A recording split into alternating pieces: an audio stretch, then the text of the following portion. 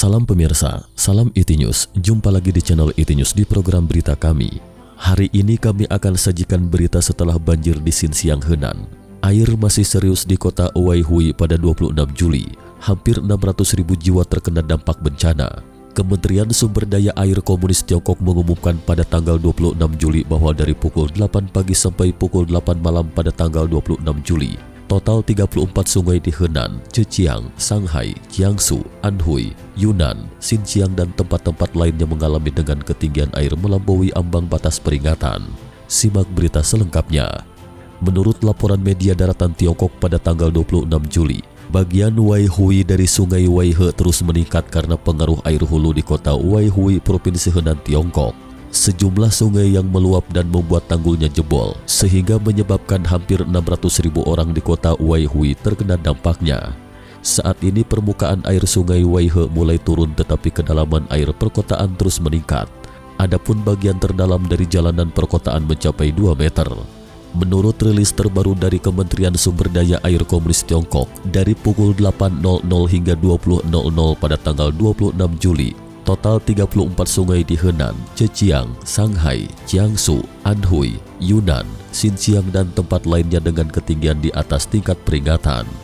Kisaran peringatan maksimum 0,2 hingga 2,77 meter. Di antaranya 15 sungai seperti aliran utama sungai Huaihe di Henan, sungai Chaoe, anak sungai dari sungai Qiantang di Zhejiang dan sungai Yaojiang, anak sungai dari sungai Yongjiang dan sungai Runcin, anak sungai dari sungai Wuyuer di Heilongjiang dengan batas ketinggian air yang melewati ambang batas.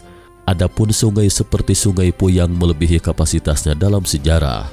Selain itu, 42 stasiun di sekitar Danau Taihu dan distrik Hangjiahu juga melampaui ketinggian air batas maksimum. Sebanyak 20 stasiun diantaranya melebihi ketinggian air maksimum. Stasiun Jiasan dan stasiun Qingyanghui di distrik Hangjiahu juga melampaui ketinggian air dalam sejarah. Menurut artikel di surat kabar Prancis Le Monde, 4 hari setelah curah hujan terbesar di Henan, beberapa lingkungan di Chengchao dan sekitarnya mulai surut dari banjir. Jalan utama telah dibersihkan, sementara jalan-jalan kecil masih penuh dengan lumpur. Ketika mengemudi di sepanjang jalan raya di Henan Utara, Anda masih harus melintasi ratusan hektar yang masih terendam banjir.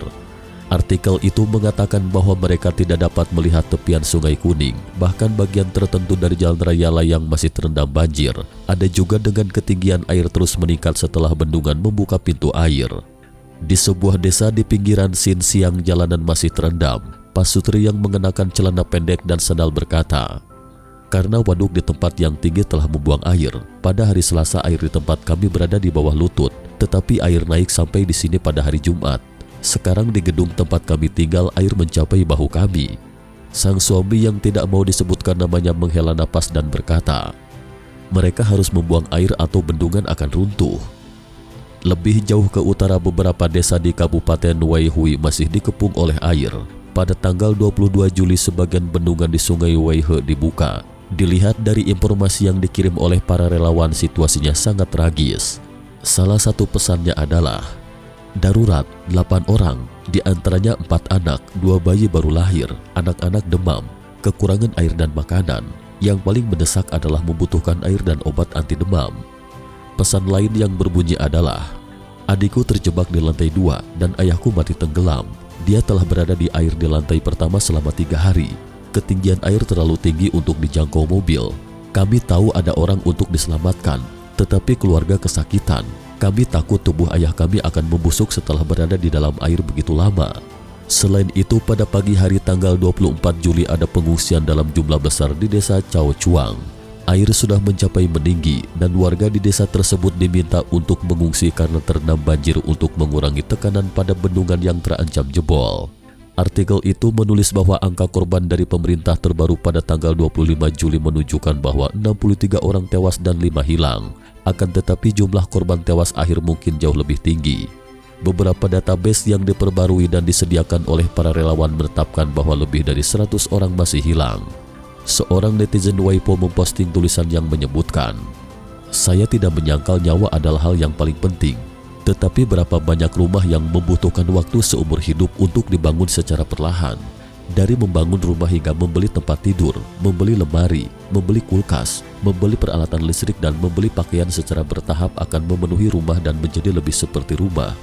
Tapi banjir menghancurkan semuanya, meninggalkan Anda hanya dengan rumah yang hancur dan tumpukan sampah. Sebenarnya dapat memiliki banyak waktu untuk mengirim properti dengan aman, tetapi para kader desa tidak dapat melakukan apapun kecuali mencegah orang untuk pulang. Beberapa desa di kota Taukau, Kabupaten Huasian, Anyang, Henan juga terendam banjir. Mungkin akan terus meningkat. Semua orang di beberapa desa tidak bisa mengangkut barang mereka. Banyak perempuan di lokasi pemukiman menangis sembari mengatakan bahwa rumah mereka telah hilang.